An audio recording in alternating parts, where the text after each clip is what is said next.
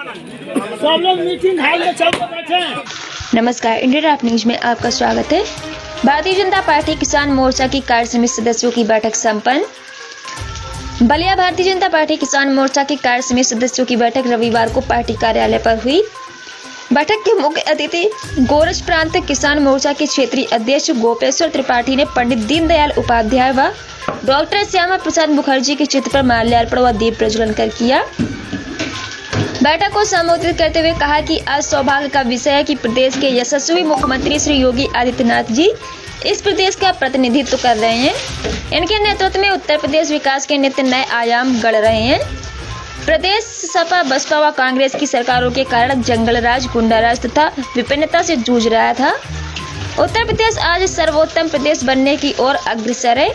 World bank की ease of doing business की ranking business reform action plan के क्रियान्वयन में उत्तर प्रदेश ने लंबी छलांग लगाई है और 12वें स्थान से दूसरे स्थान पर पहुंच गया है। वैश्विक आपदा कोरोना की चुनौतीपूर्ण स्थिति में प्रधानमंत्री माननीय नरेंद्र मोदी जी के कुशल मार्गदर्शन में योगी सरकार ने जिस प्रकार से आत्मनिर्भर भारत अभियान को गति दी है, जिसमें वोकल फॉर लोकल को प्राथमिकता देते हुए नई ऊंचाई पर ले गए हैं। कितने समय पहले हुई? हमारा गठन 28 सितंबर को हो गया, अरे 28 अगस्त को। ये इसके बीच कितने कार्यक्रम आपके हुए हैं? और 28 अगस्त से ही हम लोग अनवरत चलते रहे हैं और 28 को हमारा गठन हुआ, 6 को हम जिला कार्यकारिणी बना लिए, 10 को मंडल अध्यक्ष घोषित कर दिए, 11 को हम लोग कार्य समिति में, जो प्रदेश की कार्य समिति थी चित्रकूट, उसमें शामिल हुए।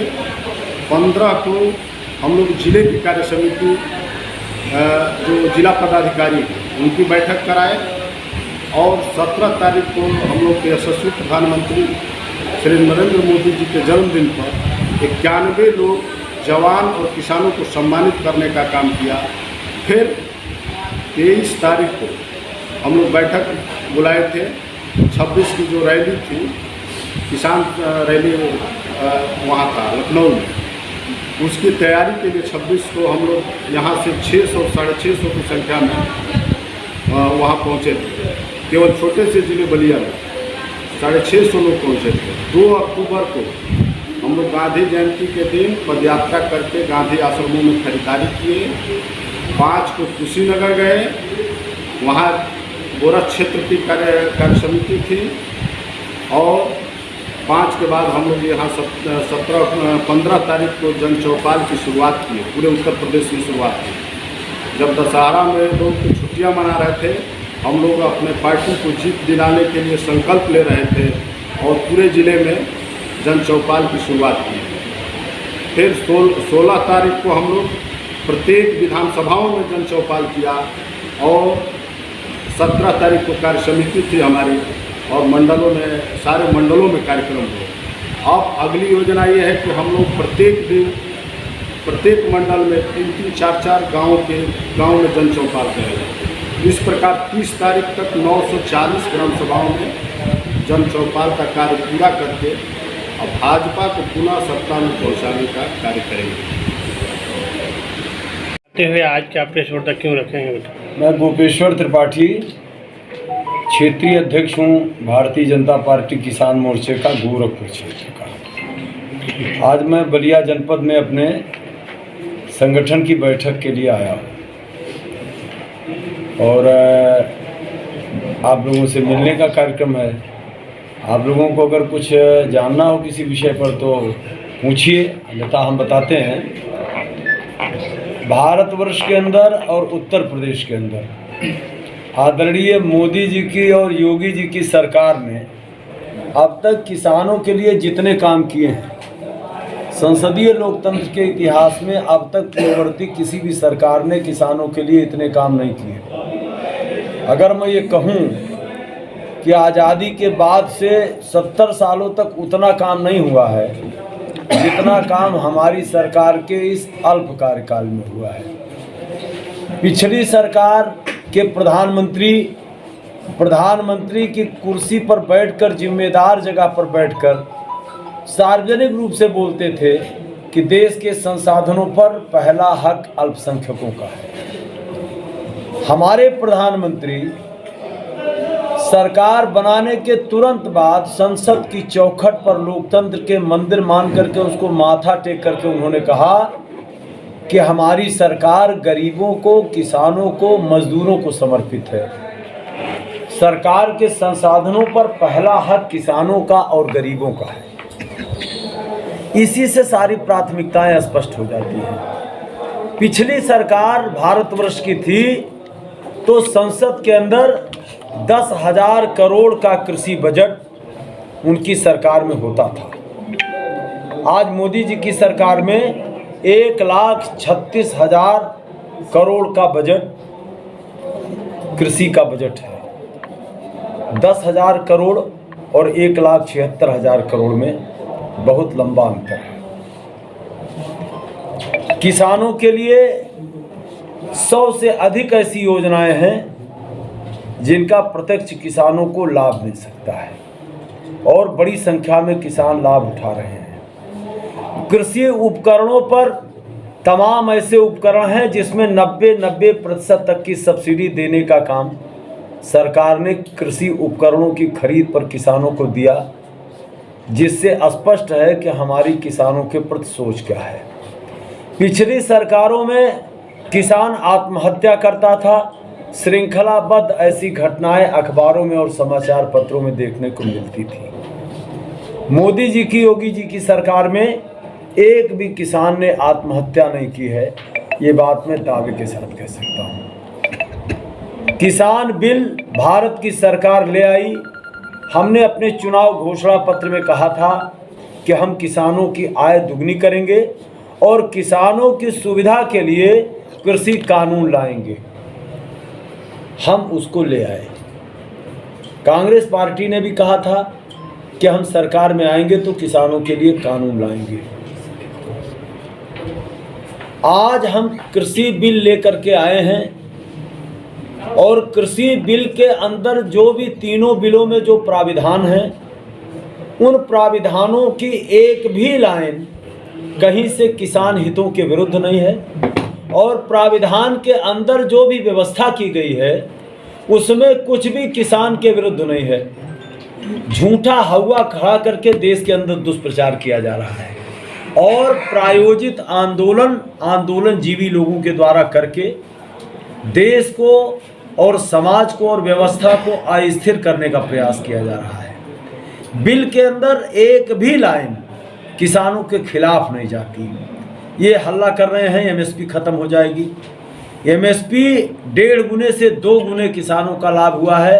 कई उत्पाद ऐसे हैं जिसमें 20 गुना से ज़्यादा का लाभ एमएसपी ने सरकार ने एमएसपी में दिया है। ये कहते हैं मंडियां बंद हो जाएंगी।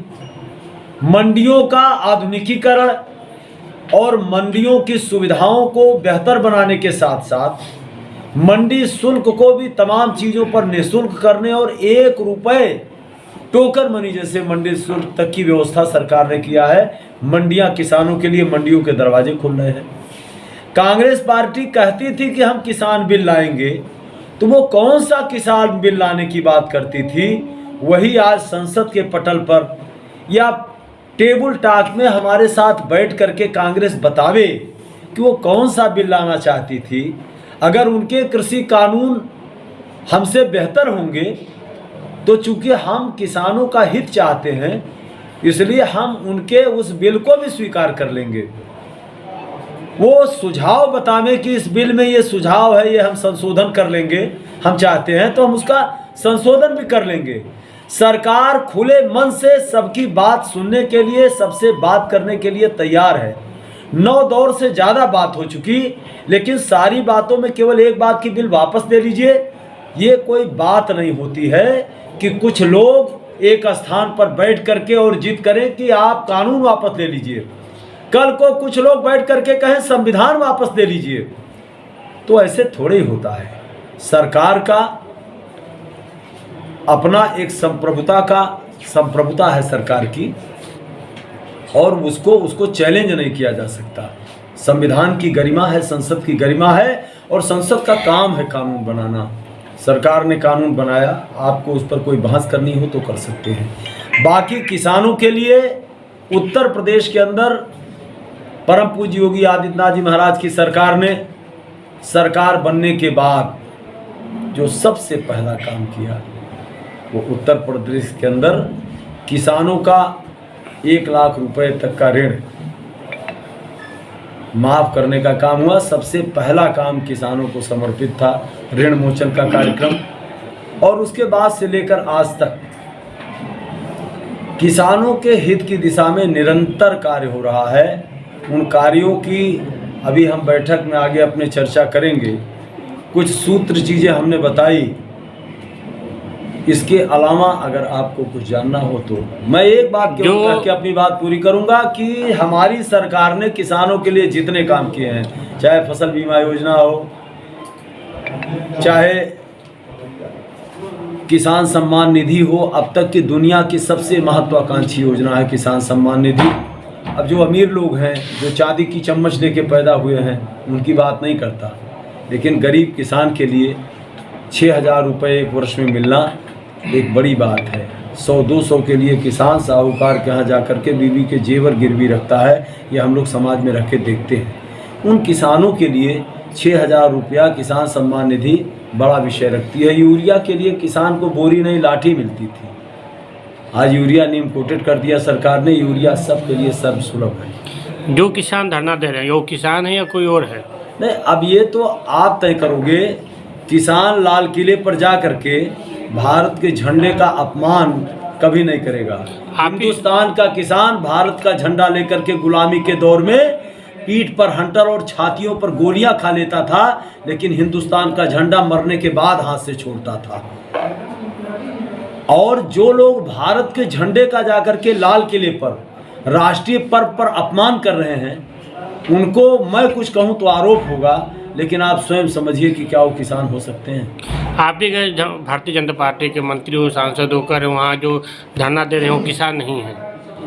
नहीं, अब आप ये स्वयं तय करो। किसान वो अगर होते, किसान खेत में मिलता है, किसान खलिहान में मिलता है, किसान सड़क पर जाकर के एसी व्यवस्था लेकर के और सोफे पर बैठ करके और लग्जरी जिंदगी लेकर के आंदोलन नहीं करता। और अगर ये किसान आंदोलन होता तो इस देश का 80% आबादी, इस देश की 80 से ज़्यादा प्रतिशत आबादी किसानों की है। अगर किसान आंदोलन करता तो सरकार नहीं चलती। मानते हो किसान नहीं है? नहीं, वो बिल्कुल किसान नहीं है, वो आंदोलन जीवी लोग हैं। आप सुनो, पंजाब के अंदर 22 जिले हैं और 22 जिलों में 35 राष्ट्रीय संगठन वहां पर आंदोलन कर रहे हैं। 22 जिले वाले पंजाब में 35 राष्ट्रीय संगठन है जो वहां आंदोलन कर रहे हैं। इसलिए वो किसान नहीं हैं, वो लोग आंदोलन जीवी लोग हैं, जो कभी जिनको एनआरसी मिल जाएगी, कभी कुछ मिल जाएगा, किसी न किसी मुद्दे पर वो आंदोलन करेंगे, क्योंकि आंदोलन उनके जीवन जीने का साधन है। जी, तो किसान नहीं तो कौन लोग हो सकते हैं आपके अनुसार? वो किसानों के सच्चे हितैषी हम हैं, भारतीय जनता पार्टी है, हमारे प्रधानमंत्री हैं, हमारे मुख्यमंत्री हैं, जिन्होंने किसानों के लिए काम किया है। बाकी लोग केवल किसानों को गुमराह करने का काम कर रहे हैं। एक भी फैसला भारत सरकार का या उत्तर प्रदेश सरकार का किसानों के हित के विरुद्ध नहीं है। एक भी फैसला कोई कह नहीं सकता, एक भी प्रमाण मिल नहीं सकता। अब ये झूठी बात करना, ये हो जाएगा, इसका क्या जवाब है? एमएसपी खत्म हो जाएगी, खत्म हो गई हो तो बताइए आप। मंडी खत्म हो जाएगी, मंडी खत्म हो गई हो तो बताइए आप। ये हो जाएगा। संभावनाओं के आधार पर संविधान और कानून में ही कोई व्यवस्था नहीं है। आप कहिए कि संभावना पर कल हमारे साथ एक घटना हो जाएगी, तो उसको कहीं नोटिस में थोड़ी लिया जाएगा। ये तो काल्पनिक बात है, ये काल्पनिक आंदोलन है। काल्पनिक मुद्दों के आधार पर ये देश को अस्थिर करने के लिए आंदोलन करने वाले आंदोलन करने के लिए आंदोलन कर रहे हैं। जी, जो लखीमपुर खीरी में घटना घटी उसके विषय में क्या कहेंगे आप? देखिए, लखीमपुर की जो घटना है वो बहुत दुर्भाग्यपूर्ण है, और हमारी पूरी पार्टी ने, हमारे पूरे नेतृत्व ने उस घटना को दुर्भाग्यपूर्ण माना। और घटनाएं हो जाती हैं, बड़ी बड़ी घटनाएं हो जाती हैं। वहाँ भी एक बड़ी घटना थी, हो गई, और हमारी सरकार उसकी जांच करा रही है। और जो बड़ी से बड़ी जांच है उसकी संस्तुति की गई है। और ये विश्वास रखिए कि 4.5 साल की उत्तर प्रदेश की योगी जी की सरकार में एक विश्वास तो समाज के अंदर कायम ही हुआ है कि सरकार कोई भी काम पक्षपाती ढंग से नहीं करती। अगर भारतीय जनता पार्टी का कार्यकर्ता भी किसी घटना में इन्वॉल्व होता है तो उसके साथ भी कानून के तहत वैसे ही कार्रवाई होती है जैसी बाकी लोगों के साथ होती है। इसलिए उस घटना की निष्पक्ष जांच हो रही है, ये सबको भरोसा है। अभी कुछ लोग गिरफ्तारी नहीं हुई है। नहीं, अभी तक जैसे घटना के सारे तथ्य सामने आ जाएं, कौन दोषी है ये सामने आ जाएगा तो उसके बाद कार्रवाई तो होगी, निश्चित मानिए कार्रवाई होगी। ये विश्वास रखिए, योगी आदित्यनाथ की सरकार है, कोई दोषी बचने नहीं पाएगा।